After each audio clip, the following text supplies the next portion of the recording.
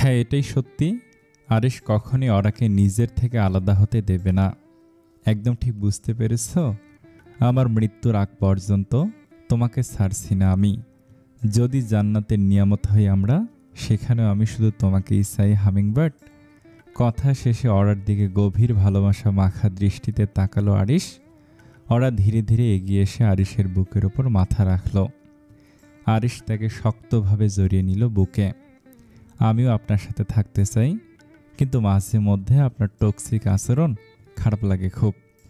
আরিশ গভীর নিঃশ্বাস ছাড়ল, চোখ নামিয়ে বলল, কি করব বলো? আমি চাইলেও নিজেকে পরিবর্তন করতে পারছি না। তার কণ্ঠে হতাশা, কিন্তু চোখে ভালোবাসার অপরাধ বোধ। ওরা মুচকি হাসল, মাথাটা কাত করে আরিশের চোখে চোখ রাখল। সে হাসি অভিমানী কিন্তু ভালোবাসায় পূর্ণ। দুজন এখন সামনাসামনি দাঁড়িয়ে আছে। আরিশের কাঁধে অরার হাত, আর অরার কোমরে আরিশের শক্ত বাহু জড়িয়ে। চারপাশে ফেয়ারি লাইটের আলো ঝলমল করছে। দূর থেকে আত্মীয় স্বজনের হাসি, কোলাহল ভেসে আসছে। তবু তাদের মাঝখানে যেন এক টুকরো নির্জন জগৎ। কেবল তারা দুজন একে অন্যের অস্তিত্বে ডুবে। পরিবর্তন কেন করবেন? কারো ভালোবাসা পাওয়ার জন্য কখনো নিজেকে পরিবর্তন করার চেষ্টা করবেন না। কারণ যে আপনাকে ভালোবাসবে, আপনি যেমন তেমনটা জেনে শুনেই ভালোবাসবে। তার সামনে নিজেকে অন্যরকম দেখানোর প্রয়োজন পড়বে না। তবে হ্যাঁ, যদি নিজের মধ্যে কোনো খারাপ গুণ থাকে, সেটা অবশ্যই বর্জন করা দরকার। ওরা আত্মবিশ্বাসী কণ্ঠে বলল, চোখে মুখে বুদ্ধিদীপ্ত একটা প্রশান্তি খেলা করছিল। ওয়াও, আমার ছোট্ট পাখিটা এত সুন্দর করে কথা বলা শিখলো কবে? আরিশ অবাক হয়ে তাকালো অরার দিকে, ঠোঁটের কোণে প্রশ্রয় মাখা হাসি। আমি মোটেও ছোট নেই এখন, 20 বছরে পা রেখেছি। এই বয়সে আমার কত বান্ধবীরা তো মাও হয়ে গেছে। অরা চোখ গোল করে বলল, গাল ফুলিয়ে একটুখানি রাগ দেখানোর চেষ্টা করলো। তুমি চাইলে আমরাও বাবা মা হতে পারি, শুধু একবার বলো তুমি রাজি? আরিশ কপট কণ্ঠে বলল, চোখে মুখে দুষ্ট হাসির ঝিলিক। না, আমি তো বলিনি। লজ্জায় মাথা নিচু করে হাসি চেপে বলল অরা। তা বললেও তো হবে না কিছু, সমস্যা আছে একটা। এবার একটু গম্ভীর হলো আরিশ, ভুরু কুঁচকে তাকালো সামনের দিকে। কি সমস্যা? ওরা ভুরু তুলে কৌতূহল নিয়ে তাকালো আরিশের দিকে। আমি বাবা হতে চাই না। কি? চমকে উঠে হা করে তাকিয়ে রইল ওরা।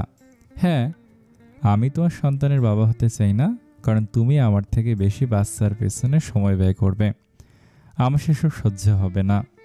আরিশ গম্ভীর চোখে তাকিয়ে বলল, যেন মনের গভীর থেকে কথাগুলো বেরিয়ে আসছে। আপনি আসলেই পাগল। বাচ্চার সাথে হিংসে করবেন? বিরক্ত কণ্ঠে বলে চোখ বড় বড় করল ওরা, মুখে একটা অবিশ্বাসের ছাপ। চুপ করে রইল আরিশ। কিছু একটা ভাবছে সে। ভুরু কুঁচকে চোখ নামিয়ে ফেলল। তারপর হালকা দীর্ঘশ্বাস ছেড়ে বলল, তবে বেবি যদি তোমার মতো কিউট একটা পাখি হয়, তবে মানাতে চেষ্টা করব। একটু হেসে গাল চুলকে বলল আরিশ, যেন নিজের কথায় নিজে মজা পাচ্ছে। ওরা মুচকি হাসলো, তারপর আলতো করে আরিশের চুলের মধ্যে হাত দিয়ে হালকা নেড়ে দিল একবার। আরিশ খানিকটা চমকে তাকালো ওরার দিকে। মুহূর্তে নরম হয়ে গেল তার মুখের ভাব। মায়ের মতো স্পর্শটায় যেন মনটা কেঁপে উঠল তার। হঠাৎ করে মুখটা গম্ভীর হয়ে গেল। চোখে ভেসে উঠল অতীতের কোনো স্মৃতি। চুপচাপ উঠে দাঁড়িয়ে স্থান ত্যাগ করলো আরিশ, একটাও শব্দ না করে। ওরা অবাক হয়ে তাকিয়ে রইল তার পেছনে। সে কিছুই বুঝতে পারল না। কিছুক্ষণ ওভাবে দাঁড়িয়ে রইল হতবিহ্বল হয়ে। ঘড়িতে সময় রাত 11টা। অতিথিরা সবাই নির্দিষ্ট সময় খাওয়া দাওয়া সেরে যে যার বাড়ি চলে গিয়েছেন। ওর বাবা মা তাসলিমা খাতুন ওনাদেরও খেয়ে দিয়ে শুতে চলে গেছেন। বাকি আছে কেবল তামান্না, তালহা ও অরা আরিশ। তামান্না রান্নাঘরে নিজেদের জন্য খাবার গরম করছে। তালহা ড্রয়িং রুমে বসে ফোন নিয়ে ব্যস্ত। আরিশ ওরা নিজেদের ঘরে আছে। জানালার পাশে দাঁড়িয়ে আছে আরিশ, দৃষ্টি তার দূর আকাশে। ওরা সাহস করে আরিশের সাথে কথা বলতেও পারছে না। আয়নার সামনে বসে গয়নাগাটি খুলে রাখছে সে, আর মাঝে মধ্যে আরিশকে দেখছে। আচমকা ভদ্রলোকের কি হলো সেটি বোধগম্য হচ্ছে না ওরার। এই কমাসে আরিশকে কখনো এরকম চুপচাপ থাকতে দেখেনি, বরং রাগ করে চিৎকার চেঁচামেচি করাতে আরিশ ঠিকঠাক লাগে। কিন্তু আজ হঠাৎ আরিশের এই নিস্তব্ধতা অরাকে ভাবাচ্ছে। সে রাতে আরিশের সাথে আর কথা বলা হলো না তার। সবাই যে যার মতো খাওয়া দাওয়া করে শুয়ে পড়ল। আরিশ খেয়েছিল, তবে অল্প। ওরাও বিশেষ কিছু খায়নি। বিছানায় শুতেই দু চোখ জুড়ে ঘুম ভর করেছে তার। বিয়ের পর আজ প্রথম আরিশের হাতের ওপর না শুয়ে বালিশে শুয়েছে সে। মনটা অস্থির লাগছে। আরিশের কথা ভাবতে ভাবতে কখন যে চোখ লেগে এসেছিল টেরও পায়নি ওরা। মাঝরাতে আচমকা হাত পায়ে একরকম নরম চাপ অনুভব করে ওরার ঘুম ভেঙে গেল। চোখের পাতা ভারী, কিন্তু শরীরের অস্বাভাবিক অবস্থান যেন তাকে সচেতন করে তুলল। ঘুম ঘুম চোখে পাশে তাকে দেখল আরিশ নেই। হঠাৎ করে বুকের ভেতরটা ধক করে উঠল। পুরো ঘুম কেটে গেল তার। বসে উঠতে গিয়েও থমকে গেল ওরা। হাত পা যেন নড়ছে না ঠিকঠাক। ঘাড় কাত করে তাকিয়ে চমকে উঠল সে। পায়ের গোড়ালি দুটো শক্ত দড়িতে বাঁধা, হাত দুটো বিছানার মাথায় লাগানো, কাঠের ফ্রেমে রুমাল দিয়ে বাঁধা। যতটা মজবুত ঠিক ততটাই নরমভাবে যেন কষ্ট না হয়। স্বস্তিতে ওরা কিছুক্ষণ নিঃশব্দে তাকিয়ে রইল নিজের অচল শরীরের দিকে।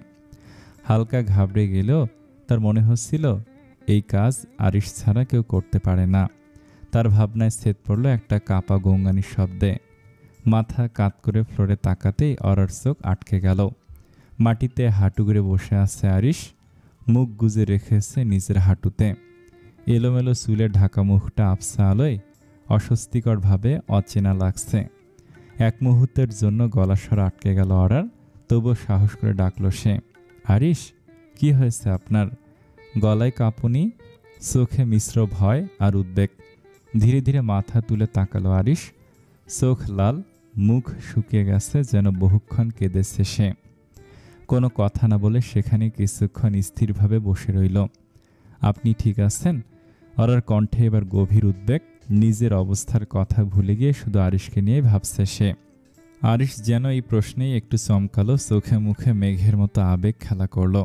ধীরে ধীরে উঠে দাঁড়ালো সে। নিঃশব্দে বিছানার দিকে এগিয়ে এলো। ওরা অবচেতনেই দম ছাড়ল। তাহলে ঠিক আছে ও। বিছানায় বসে অরার চোখে চোখ রাখল আরিশ। এবার আলো স্পষ্ট দেখা গেল। তার গাল বেয়ে কাঁচা নোনা জল গড়িয়ে পড়ছে এখনও। অরার কপালে ভাঁজ পড়ে গেল। অবিশ্বাস আর বিস্ময়ে ভরে উঠল তার চোখ। আরিশ কাঁদছে? সে তো কখনো কাঁদে না। ভাঙা গলায় আরিশ বলল, তোমার ভয় করছে হামিংবার্ড? আমাকে ভয় পাও তুমি? কণ্ঠটা যেন শিশুর মতো ভাঙা। আর চোখ জোড়া বৃষ্টি ভেজা বিকেলের আকাশ। ওরা মাথা নাড়ল ধীরে। চোখে স্থির বিশ্বাস। না, আপনাকে ভয় পাবো কেন? যে মানুষটা আমাকে এত ভালোবাসে মুড়িয়ে রেখেছে, তার কাছে কিসের ভয়? ঠোঁটের কোণে একটুখানি মায়া মাখা হাসি, চোখে নিখাত স্নেহ। আরিশ ফ্যালফ্যাল করে তাকিয়ে রইল তার দিকে। চোখ দুটো আরও জলজল করে উঠল। চুপচাপ নিঃশব্দে সে অরার হাতের বাঁধন খুলে দিতে লাগলো। খুব যত্নে, খুব ধীরে। ওরা বুঝতে পারছে আরিশ ভেতরে একদম ভেঙে পড়েছে। কিছু একটা হয়েছে যা তাকে তছনছ করে দিয়েছে। হাত খুলে দেবার পর ওরা ধীরে ধীরে উঠে বসল। দুজনের চোখে চোখ আটকে রইল এক মুহূর্ত। আচমকা কোনো কিছু না বলে আরিশ ওরাকে বুকের মধ্যে জড়িয়ে ধরে হাউমাউ করে কেঁদে ফেলল। যেন কোনো বাঁধ ভেঙে গেল তার ভেতরে। ওরা প্রথমে থমকে গেল। পুরো মুহূর্তটা থেমে গেল চারপাশে। তারপর ধীরে ধীরে সে নিজের দুই হাত দিয়ে আরিশকে শক্ত করে জড়িয়ে ধরল। কান্নারত কণ্ঠে ফিসফিসিয়ে বলল, আরিশ, শোনো হামিংবার্ড, তুমিও কি একদিন আমায় ছেড়ে চলে যাবে? তুমি তো জোর করে আসছো এখানে, তাই না? আমি বেঁধে রেখেছি, না হলে অনেক আগেই উড়ে যেতে। তুমি উড়েই যেতে চাও, তাই না পাখি? অরার বুকটা মোচড় দিয়ে উঠল। এমন অসহায় ভাঙা কণ্ঠ শুনে ভিতরে ভিতরে কেঁপে উঠল সে। প্রিয় মানুষকে হারানোর ভয় একজন মানুষকে কিভাবে এতটা তছনছ করে দিতে পারে, সেটাই যেন এবার স্পষ্টভাবে অনুভব করলো ওরা। ধীরে হাত বাড়িয়ে আরিশের মুখের কাছে আনল নিজের কপাল। অরার কপাল ঠেকালো আরিশের কপালে। চোখে চোখ রেখে সে ধীরে বলল, আমি কোথাও যাব না রাগী ভূত। আমি আপনাকে ভালোবাসি, ঠিক যেমন আপনি আমাকে ভালোবাসেন। আপনার ভয় পাওয়ার কিছু নেই। আমি আছি, থাকবো। প্লিজ শান্ত হন। আরিশ যেন কিছু বলার শক্তিও হারিয়ে ফেলেছিল। কেবল অরার চোখের দিকে তাকিয়েছিল নিঃশব্দে। পর মুহূর্তে তার চোখ জোড়া জলে ভরে উঠল। মাথা নিচু করে কপালে চুমু খেল। তারপর এলোমেলোভাবে ঠোঁট ছুঁয়ে দিল নাকে, চোখে এবং গালে। আর অরাও দুই হাতে আলতো করে জড়িয়ে ধরল তাকে। ভালোবাসা ছড়িয়ে দিল স্পর্শে, চোখে, প্রশ্বাসে। আমার না সবসময় মনে হয় এই বুঝি তোমাকে হারিয়ে ফেললাম। আরিশ একটু থেমে আবার ফিসফিস করে বলল, ঘুমাতে পারি না আজকাল, দুঃস্বপ্ন দেখি, তুমি নেই কোথাও। না আরিশ, দুঃস্বপ্ন শুধু মনের ধোঁয়াশা, এগুলো কখনো সত্যি হয় না। আরিশ এবার অরার পায়ের বাঁধন খুলে দিয়ে তাকে কোলে তুলে বসালো। আমি একটা কাজ করব। কি কাজ? অরার চোখে খেলা করে কৌতূহল। একটা চুক্তিপত্র বানাবো, সেখানে লেখা থাকবে তুমি আজীবন আমার সঙ্গে থাকবে। অরার মুখে হাসি ফুটে উঠল। সে হালকা চুমু খেলো আরিশের ঠোঁটে। মিষ্টি কণ্ঠে বলল, আপনি যা খুশি করতে পারেন, কিন্তু আগে তো আপনি নিজের মতো হয়ে আসুন। এভাবে ভাঙাচোরা লাগছে আর আপনি আনরোমান্টিক হয়ে গেছেন। শেষ কথাটা একটু নিচু স্বরে বলল অরা, যেন মজা করেই। আরিশ থমকে গিয়ে তাকালো, তারপর চোখ বড় বড় করে বলল, আমি আরিশ খান আনরোমান্টিক? শুনুন মহারানী, আপনাকে স্পেশাল ফিল করানোর জন্য কতটা কষ্ট করে নিজেকে কন্ট্রোল করছি তা আপনি বুঝবেন না। কেন বুঝবো না? কারণ তুমি পুরুষ মানুষ নও। ওরা হেসে ফেলল। আরিশ অরার কপালের কাছে ঝুঁকে এসে বলল, মানুষ আসলে কী চায় সে নিজেই জানে না পাখি। যখন অস্বাভাবিক আচরণ করতাম, জোর করে কাছে টানতাম, তখন বলতে স্বাভাবিক হন। এখন ভদ্রলোক হয়ে গেলাম, এখন বলতেছে আগের মতো হন। হঠাৎ হতমত খেয়ে গেল। আমতা আমতা করে বলল, না মানে আমি বুঝে গেছি, তুমি জোর করে আদরে অভ্যস্ত হয়ে গেছো। চোখে এক চিলতে দুষ্টুমির ঝলক। তারপর হঠাৎ গম্ভীর স্বরে বলল, ওয়েট, সকালে ফ্লাইট, রাতে মন মেজাজ খারাপ ছিল বলে বলা হয়নি। আগামীকাল ইতালি যাচ্ছি আমরা, তোমার পছন্দের পাহাড়ি এলাকা ইতালি টাস্কানিতে যাচ্ছি। সত্যি? কিন্তু কিছুই তো গোছানো হয়নি। এখনই গুছিয়ে নেই, কেবল দরকারি জিনিস নেবে, বাকিটা শপিং করে নেব। ওকে চলো তাহলে হামিংবার্ড। আরিশ ওরাকে নামিয়ে রুমের বাতি জ্বালালো। আলোর নিচে ওরা দুজনে ব্যাগ গোছাতে ব্যস্ত হয়ে পড়ল। একটা ছোট রাতের কান্না পেরিয়ে এক নতুন সকালকে স্বাগত জানাতে। সকালের শুরুটাই খারাপ খবর দিয়ে হয়েছে রহমান চৌধুরীর জন্য। কোম্পানির বড় রকমের ক্ষতির খবর পেয়ে তার মন মেজাজ একেবারে বিগড়ে গেছে। আরিশের সঙ্গে সেই ঘটনার পর থেকেই চৌধুরী ইন্ডাস্ট্রিজ ধীরে ধীরে তলানিতে এসে ঠেকেছে। রহমানের এখন আর বুঝতে বাকি নেই এই সব কিছুই তেজরিন খান আর আরিশের কাজ। প্রতিশোধ নিতে গিয়ে চৌধুরী ইন্ডাস্ট্রিও আজ নুয়ে পড়েছে, সেটা ভেবে নিজের উপর বিরক্তি চেপে বসেছে। যদি ওরার সঙ্গে সেদিন ওরকম কিছু না করতো, তাহলে আরিশও হয়তো এভাবে তাদের পিছনে লাগতো না। রান্নাঘরে সকালে নাস্তা তৈরি করতে ব্যস্ত রোকসানা মল্লিক। নয়নার আজ ইয়ার ফাইনাল পরীক্ষা, সকাল 10টায় পরীক্ষা শুরু, তাই সে উঠে কিছুটা রিভিশন নিচ্ছে এখন। সুলেমান মল্লিক বসে আছেন টিভির সামনে। আগের মতো আর পত্রিকা পড়া হয়ে ওঠে না, তাই খবর জানার একমাত্র ভরসা এখন নিউজ চ্যানেলগুলো। হঠাৎ ফোনের রিংটোন বেজে উঠতেই চমকে উঠলেন তিনি। ফোন হাতে নিয়ে মুচকি হাসলেন। গ্রামের বাড়ি থেকে বড় ভাই আজমাইন মল্লিক ফোন দিয়েছেন। সুলেমানদের পরিবারে 2 ভাই 3 বোন। তাদের মা আঞ্জুম মল্লিক থাকেন আজমাইনের সঙ্গেই গ্রামে। বাবা মারা গেছেন বহু বছর আগে। ছোট বোন রিনা থাকেন একই গ্রামে, তার একমাত্র ছেলে নিশান। বাকি 2 বোন থাকেন অন্য শহরে, তাদের সঙ্গে সোলাইমান বা আজমাইনের কোনো যোগাযোগ নেই। সোলাইমানের স্ত্রী রোকসানাকে বিয়ে করার কারণে তারা সম্পর্ক ছিন্ন করেছিল। প্রথম দিকে পুরো পরিবারই রোকসানাকে গ্রহণ করতে পারেনি, কিন্তু সময়ের সঙ্গে সঙ্গে ওরাও ও রোকসানার সরলতা, আন্তরিকতা ও ভালোবাসায় গলে যায় সবাই। আজমাইন, রিনা, এমনকি আজনুম মল্লিকও। আসসালামু আলাইকুম ভাইজান, কেমন আছেন?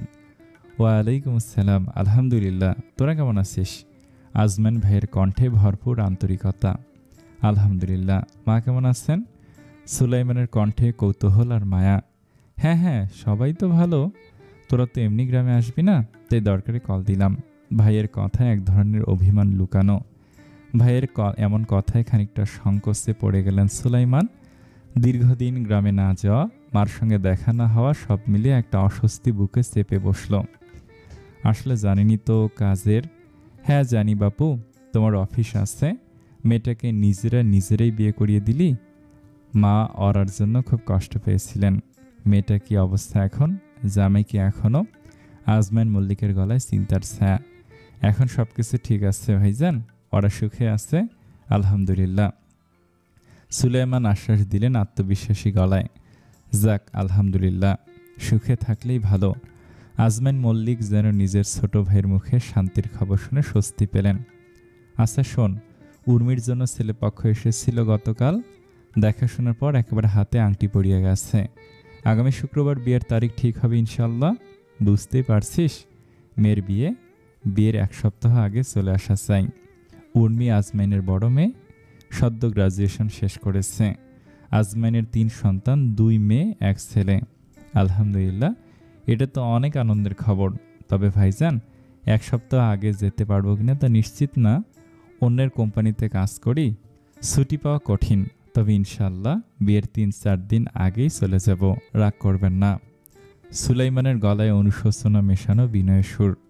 দীর্ঘশ্বাস ফেললেন আজমান মল্লিক। বেশ, তবে সবাইকে নিয়ে আসা চাই, ওরাদেরকেও নিয়ে আসবি। ঠিক আছে ভাইজান। সুলাইমান সম্মতির মাথা নাড়লেন ফোনের পাশ থেকে। বেশ, তাহলে ভালো থাক, আশা করি শীঘ্রই দেখা হবে আমাদের। জি ভাইজান, আল্লাহ হাফেজ। আল্লাহ হাফেজ। ফোন রেখে মনটা হালকা লাগলো সুলাইমানের। ভাইয়ের কণ্ঠে এক ধরনের কাছের টান ছিল, যা তার ভিতরে জমে থাকা অপরাধবোধটুকু একটু হলেও লঘু করে দিল। রোকসানা রান্নাঘর থেকে খাবার নিয়ে এলেন ডাইনিং টেবিলে। ফোনালাপের কিছুটা শুনে ফেলেছে নয়না, তাই ড্রয়িং রুম থেকে ছুটে এলো। বড়ব্বু কল করেছিলেন বাবা? নয়নার চোখে উচ্ছ্বাস। সুলাইমান মল্লিক হাসলেন, মেয়ের কাঁধে হাত রেখে ডাইনিং রুমের দিকে এগোলেন। হ্যাঁ, উর্মির বিয়ে সামনে। ইয়াহু, উর্মি আপুর বিয়ে, কিন্তু কতদিন পর বাবা? নয়নার গলায় খুশি ও কৌতূহলের ঝাপটা। চেয়ার টেনে বসলেন সুলাইমান। রোকসানা চুপচাপ খাবার পরিবেশন করছেন। বাবা মেয়ের কথা শুনে এমনিতেই সব কিছু বুঝতে পারবেন ভেবেই কিছু জিজ্ঞেস করলেন না। তা কম হলেও 15 দিন পর। সুলাইমান হিসেব করে বললেন, যাক বাঁচা গেল। আমার পরীক্ষা চলবে 12 দিন পর্যন্ত। পরীক্ষার মধ্যে বিয়ে হয়ে গেলে তো? নয়না হেসে বলল, যেন চিন্তার পাহাড় নেমে গেছে। রোকসানা মেয়ের প্লেটে পরোটা দিতে দিতে হাসি মুখে বললেন, তোর পরীক্ষার কথা শুনলে ভাইজান হয়তো বিয়েই পিছিয়ে দিতেন। একদম ঠিক। সুলাইমান হেসে সায় দিলেন। সবাইকে খাবার দিয়ে রোকসানাও টেবিলে বসলেন। খাবার মুখে তোলার আগে একবার চোখ তুলে স্বামীর দিকে তাকালেন। মনে মনে সৃষ্টিকর্তার কাছে কৃতজ্ঞতা প্রকাশ করলেন। সারাটা জীবন বহু ঝাড়ঝাপটা গেছে তার উপর দিয়ে। প্রথম স্বামীর মৃত্যু, সমাজের অবজ্ঞা, সব পেরিয়ে আজ সুলাইমান মল্লিকের মতো একজন দায়িত্বশীল, ভরসাযোগ্য মানুষ তার পাশে। এটাই হয়তো জীবনের পুরস্কার। পরিকল্পনা অনুযায়ী সকালে সূর্য ওঠার আগেই বিমানবন্দরের পথে রওনা দিয়েছে অরা আর আরিশ। সকাল 8টার ফ্লাইটে মিলানের উদ্দেশ্যে উড়ে যায় তারা। আকাশে ভেসে থাকা মেঘের ফাঁকে ফাঁকে জানলার কাছে ভেসে আসা সূর্যের সোনালি আলো। অরার চোখে তখনও খানিক বিস্ময়, খানিক স্বপ্ন। আরিশ তার পাশে, অরার হাতে হাত রেখেছিল। দীর্ঘ 11 ঘন্টার ভ্রমণ শেষে সন্ধ্যার ক্লান্তি মাথায় নিয়ে তারা ইতালির মাটিতে পা রাখে। স্থানীয় সময় বিকেল 3টায়। বাংলাদেশে তখন সন্ধ্যা। কফির মতো ঘন রোদ আর অপরিচিত ভাষার শব্দে যেন চারপাশের পরিবেশটাই নতুন লাগে। মিলানের নিজেদের অ্যাপার্টমেন্টে ছোট্ট বিরতি, কফির কাপ আর এক সিদ্ধে বিশ্রামের পর ব্যাগপত্র গুছিয়ে তারা রওনা দেয় দক্ষিণ টাস্কানির সেই নির্জন পাহাড়ে ঘেরা উপত্যকার দিকে। বালডেসিয়া নামের মধ্যেই যেন সুর বাজে। বালডেসিয়া যেন পাহাড় আর কুয়াশায় গল্প। গাড়ির জানালার পাশে বসে বাইরের দিকে তাকিয়ে আছে পাহাড়, আঙুরের ক্ষেত, কল্পনার মতো গ্রাম আর দূরে হারিয়ে যাওয়া সোনালি বিকেল। প্রথমবার অজানা দেশের পথে, সাথে আরিশ। সব কিছুই যেন স্বপ্নের মতো লাগছে অরার।